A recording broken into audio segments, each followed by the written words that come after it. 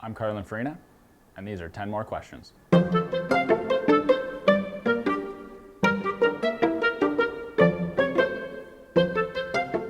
Of all the places you visited, where is the best vacation spot? Barcelona, without a doubt.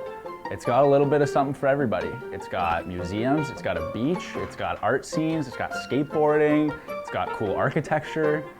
By far the best place I've been. Every time I go to Europe, I always try and stop in Barcelona. It's my favorite place in the world. And it's got La Ramblas, and if you're hungover, they have the best fruit smoothies. They have like these little stands, there's a million of them, and they're just like €1 for a little cup of, honestly, like endless combinations, like strawberry banana, coconut dragon fruit, kiwi orange, like anything you can imagine. I'll post a picture of it, they're phenomenal. What is the most useless high school class that everyone has to take and one subject to take its place? I mean, like everyone likes it, but like gym is honestly a waste of time and a stupid class. Civics and careers was also pretty hilariously bad. Okay, I'm a firm believer that they should teach you life skills in school, like cooking and like sewing and stuff like that. I think that should be mandatory. Also, like anything to do with like financial literature, so like you understand like how to do taxes. Would you rather meet your personal hero and think they are a loser, aka ruined forever, or know that your personal hero thinks that you're a loser? I think I'm okay if they think I'm a loser. You know, I'm sure there's lots of people that think I'm a loser, so that's not the end of the world for me. Who is my personal hero? It depends like which aspect we're talking about here. Like, you know, there's like your family hero, there's like your business mentor, there, you know, things like that. Neil DeGrasse Tyson is one of my heroes, and I think he's just too nice of a guy to think that I'm a loser. And if he did, I'm sure he wouldn't tell me. Next question. If you could relive one moment from your childhood once per year, what would it be? There's a few here. There was one time, my granny from Scotland used to come all the time and visit us for a few months at a time. And there was one summer that she came, and she was like pretty hard ass, I guess, growing up. And you know, from my mom, that's what my mom told me. We were in the backyard and I was spraying her with a water gun, and then she like grabbed another one and was chasing us around, squirting us with the water gun, and that was fun. My other one would probably be when we would go tomato picking. I know it doesn't sound that thrilling when we make sauce. We make like 500 jars of sauce and fill up the back of a pickup truck. Doing that when I was younger with everyone, like all my cousins and my aunt and uncle and stuff, it was like an actual event. Now it's basically slave labor, but it used to be fun, and you know, we would bring some cucumbers and some cheese and make a little salad, you know, some oregano and stuff like that. And it was like a nice family outing, and probably those two. If you had to pick one thing to be irrationally terrified of, what would it be? If I had to pick something to be afraid of. I'm trying to think of something that would be also convenient. Yes. Writing checks. Writing checks. Who writes checks? Old people write checks. I've never written a check in my entire life. I don't have a checkbook. I don't know how to balance a checkbook. I feel like that's primitive. We have advanced beyond that, and if somebody ever asked me to write a check, I basically quiver right now. Anyways, can I send you an e-transfer?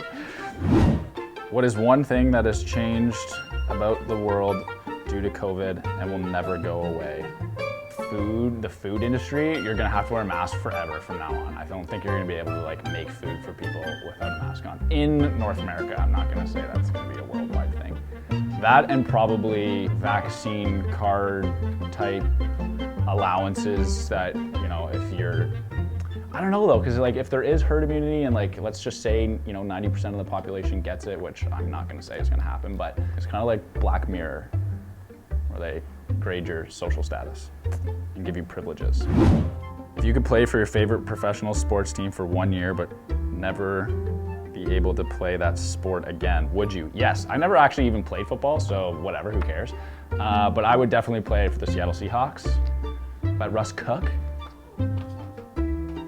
I've never played football, so I don't need to play it again. I've never played it to begin with, so at least on like a competitive level. Which talking animal from a children's movie would you choose to be your companion?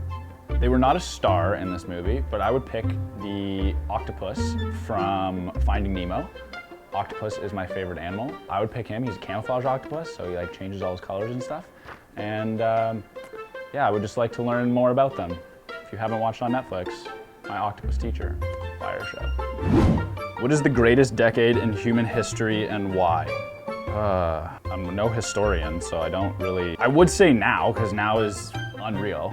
We have so much technology, but also right now sucks. So when did this start? 2020? I'm gonna say 2016 was the best year in human history. I think everyone can agree with that until Harambe died, RIP.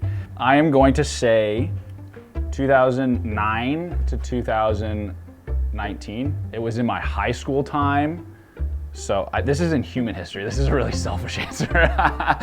Unless, but I will say the time when there was like the space race and everyone was trying to get to the moon, I feel like there was a lot of hope in the world.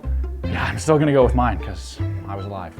What is the best app on your phone and one app that you wish existed? Show me my phone. I'm going to say the camera app.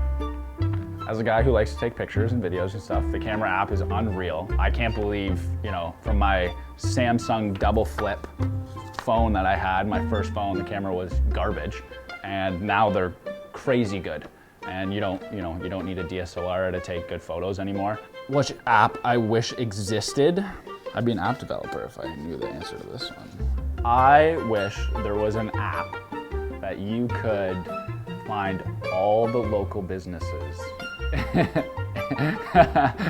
in your city and find out exactly where they are. Hint, hint, nudge, nudge. See you later. I'm Carlon Farina from the Santa Cells Houses team, and I hope you enjoyed my 10 questions.